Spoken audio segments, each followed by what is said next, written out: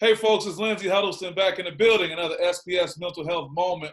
Very fortunate to have a lot of great people to be able to come on the platform, but I'm extremely fortunate to have my guy, a good friend, and who's been a mentor to me, Coach Milton Barnes, who has a great, extensive resume that touches from prep sports, currently the coach of Jackson High School basketball down there in Viking country, collegiate sports, whether it's been the University of Minnesota, Eastern Michigan, and others, and also the NBA, whether it's been the Minnesota Timberwolves and others, and always being a great resource. So we're going to talk about a number of things. Coach, I'm so happy to have you, and I appreciate you being available. How you doing today? I'm good, Lindsey. How are you? Good. I'll tell the truth, man. We talked a little bit offline, and I had to stop you because it wasn't so much that you was going. It was like it's so much. Every other syllable was so good. I said we need to record that. So we're here, man. Let's talk about Jackson High School in Viking country. I was down there with you guys for a game you had a while ago. You guys were great hosts. I appreciate you welcoming me in, and we got to see you at work the day before at a practice. But how are you dealing with things now, and kind of give us a recap of the season for you? You know, it didn't go, the season overall didn't go as well as I had hoped. But all in all, I think, we made progress. I think for this being my first year returning back to the high school ranks, it was a learning process for me even, having been away from the high school level for so long, understanding the ins and outs of the politics of high school coaching. So I think it's Did the politics change or the players change? No, it's a little bit of everything has changed for the better or worse. That, I guess, is one's own opinion or perspective. But, I think it's important to recognize that there's politics in everything you do, everything that you're involved in. And I'm not saying it in a negative that the politics exists. It's just a reality. The politics of how the officiating is handled, the politics of how rules and things are interpreted at the MHSAA level, the BCAM, the Coaches Association. On down. Everything is changed, and everything involves politics. And so whether or not you choose to engage in those politics is one's individual choice. But my focus is on dealing with the young people in Jackson and trying to help these young men develop and grow, not just as basketball players, but as young men. And that's been my focus this entire year, is trying to help each and every one of them understand the bigger picture, along with participating in high school sports. Well, talk about helping them understand the bigger picture. Around March 12th, March 13th, when you got the call that season as you knew it was done, how were you able to help those young men understand? And more importantly, how were you able even to deal with it personally? Because you were on a roll, you were implementing your program, and you got stopped just as well as the players got stopped. Well, unfortunately for us, we had gotten beat the week prior. So our season was over. Okay. So that part of it wasn't a problem for us, because we lost in our district round, and so we were so our season had come to an end, and we were packing up and getting ready for the spring activities and planning for the summers. So so it was a little bit different for us, being that we had already been eliminated from the tournament. But I'm sure a lot of those guys who I saw, some played soccer, some played other sports. That meant that whatever sport they were going to transition into was halted as well. Yeah, that was disappointing for a lot of those guys, because a lot of these kids that I have in my program are freshmen, sophomores, and juniors. Mm-hmm. And so one of the things that I was emphasizing was not just playing AAU spring basketball, but playing spring sports. A lot of these kids tend to emphasize transitioning right away into the AAU scene, whereas I was trying to really encourage a lot of my kids for their own physical and mental development to participate in spring sports, be it track or baseball or something that would allow them to continue to prosper and develop as young men and as young athletes.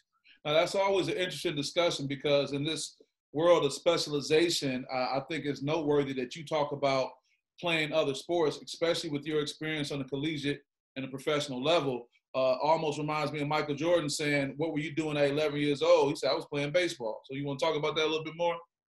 Yeah, I just think that we do get into specializing, and we tend to get too specialized at a younger age these days because the urgency of trying to get to the next level. And, whether it's coming from the players themselves or the parents or family member, whoever it may be, trying to push the young men to try to excel in the sport that they think they're best suited for.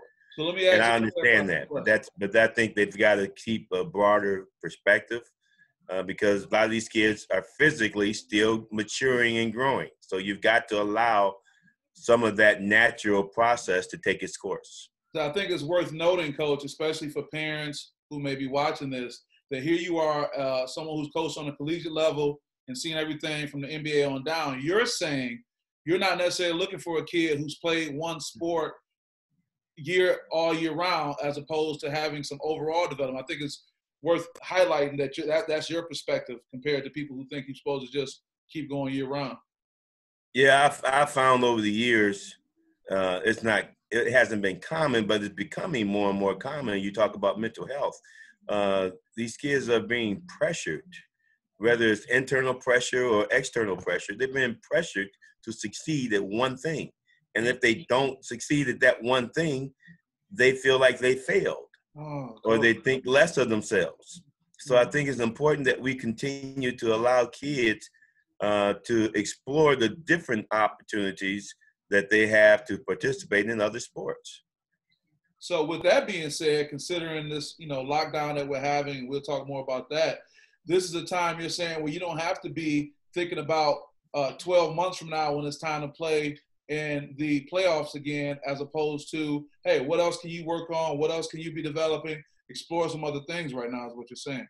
Oh, yeah, they need to explore other things because, again, you're talking about high school. We're not at the college level. That's different. Yeah, by that time, yeah, you have to be more focused on your sport. But at the high school, middle school level, you get them to play as many sports as they have an interest in, and maybe even expose them to things that they don't even know they have an interest in until they try it. So I think you've got to expose these kids to other things, and that takes some of that pressure off of having to be good at this one sport at such an early age. Let me ask one devil advocate-based question. I'm sure you can handle it. Is there a possibility that you're going to have other coaches on the recruiting scene who are only interested in you committing to one sport in high school compared to once you get to the collegiate level and you're committed to them then? I don't think so. Coaches look for the best players that suit their system. Mm-hmm. And a lot of times, the game has expanded to the point where, yeah, they want more skilled athletes, but they want more athletes too. Sure. And the more you expose kids at a younger age of playing baseball or playing soccer or playing golf even, their hand-eye coordination, all of that is about total development. And also the mental aspect of it, of understanding how to prepare and the carryover from one sport to the other in terms of footwork. You take soccer, for example. Soccer is a great sport for young kids to play. There's a couple kids that play soccer on the AAU level. Mm-hmm. And in fact, one of my seniors became a very, very good soccer player. Now he's going to college to play soccer and maybe get and walk on as a basketball player. Wow. So I think it's important. And he was one of my best defenders. Right. I remember because of that footwork, that soccer reinforces the footwork that you need to have to be a good basketball player, particularly on the defensive end. And that comes with the development. Coach, I want to take advantage of your insight, as far as the NBA on down. Right now, we're kind of getting word, and it seems like the NBA is kind of going to be guiding this whole re-entry process. The NCAA seems like they're going to be kind of taking notes from them. Talk about how important it is for the NBA and what's so great about the NBA that they can kind of be the leader on this, and what kind of influence do you think they're going to have from college all the way down to prep sports and the re-entry into a little bit of normalcy? I think the NBA has realized that when it comes specifically to basketball, it has to take the leadership in this country. Mm-hmm. And they've done that. They've done a great job, whether it's through the NBA, the junior NBA programs that they've started up, and the junior WNBA programs, Mm-hmm. the USA basketball influence now. They realize that they have to be more hands-on in directing where basketball in the United States goes. Mm-hmm. And so I think the NCAA, and I was about to tell you, see, the colleges have the responsibility to educate young people. It's not their sole responsibility to create a developmental league for the pros, whether through football, basketball, baseball, or whatever. But indirectly, Their that's pretty much what we have. education. Excuse me? Indirectly, it seems that that's what it's become. Well, it is, but the process is kind of taking a life of its own years ago because it started to grow. The NCAA. What role does this play in it? That's what I'm saying. The money is what made the process take over, so that now the money-making opportunities took precedent over the education process for the athletes. Now the institutions, the educational institutions have to do their job as far as educating everyone else, but the priority for athletes is to perform and to continue to create that revenue stream that athletics has created through the football and basketball especially. Right there, Coach. This is a tough question, but I know you can handle it. When you see the NCAA, particularly football, and the some of the commissioners of the big, Power 5 conferences saying that there does not have to be a consensus for all teams, and saying, for example, if we have 75% of the programs ready to go, we're okay with that. Do you see a lot of this being a kind of premature push to get things going based on the financial aspect as opposed to the health aspect? No question. That's money driven. Everything becomes economics in order to survive. The institutions realize the amount of money that's at stake.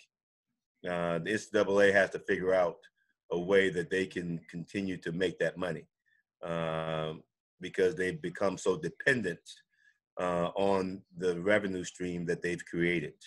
So now all of a sudden, if they have to go through a season without football, that's unbelievable impact on all of college sports because let's face it, we all know that football drives NCAA's college athletics. So let's stay on this for a second. This is really good because I think you're very uniquely equipped to speak to this, especially this next question I have. We've been talking about the commissioners talking, haven't heard much from coaches, but what do you think the players are going through right now? When you are someone who's home quarantined with your family, experiencing the unfortunate loss of life, based on what's happening around you, but then you're hearing people saying, yeah, we're going to get you guys back to play football. As much as you may want to play, what about the other part about those who may not feel comfortable because there's no public health integrity based on where we are right now? Well, I think that for liability's sake, they're going to have to come up with some type of, protective transition into playing sports. They just can't open the doors and say, okay, come on back and let's start playing.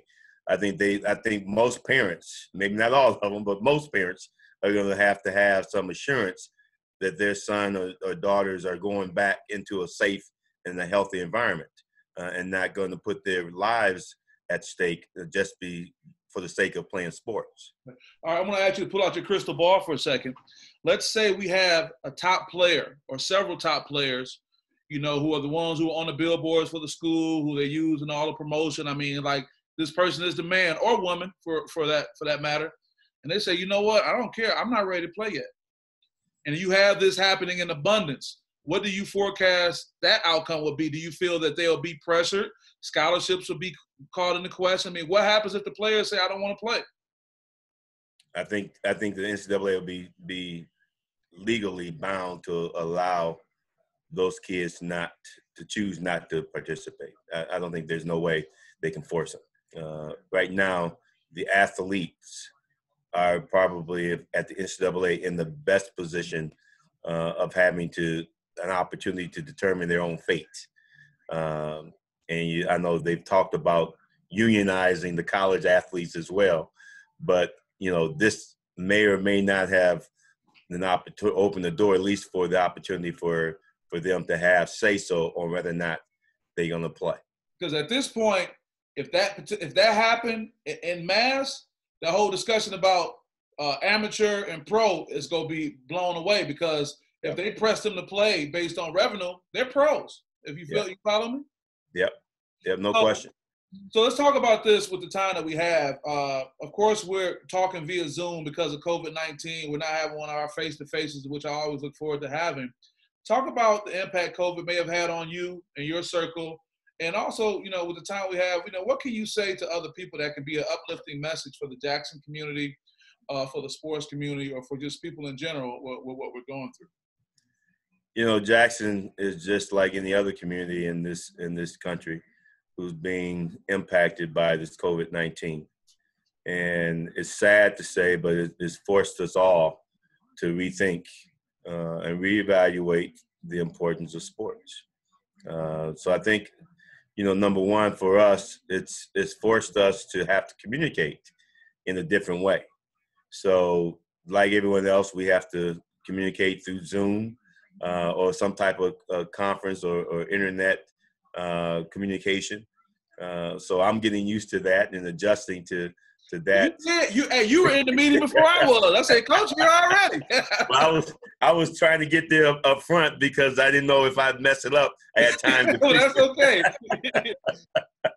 That's all being prepared. Yeah. So I think it's important that our kids here in Jackson just continue to abide by the rules and the guidelines that our governor is setting forth to maintain our safety and stay healthy. And in the meantime, they have to work on drills that I'm sending them to work on individual skills and do the things that they can in their backyards or their driveways or whatever it is that they have at their disposal to continue to work at improving. And that's my message to our kids, is to just do what you can to try to improve as an individual athlete. The things that I give you will help you with your skills, and hopefully you'll continue to work on those things until we have the opportunity to come together and work as a team again.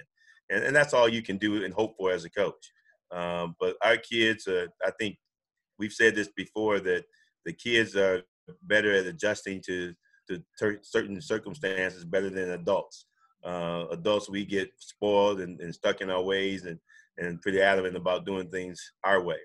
But young people are very much more flexible and they figure out a way to get things done. And so I'm confident that our kids are going to continue to make the adjustments necessary to continue to improve. And the one thing that I try to give our kids is something to read, because I want our guys to understand the importance that education doesn't stop just because we had to close the doors.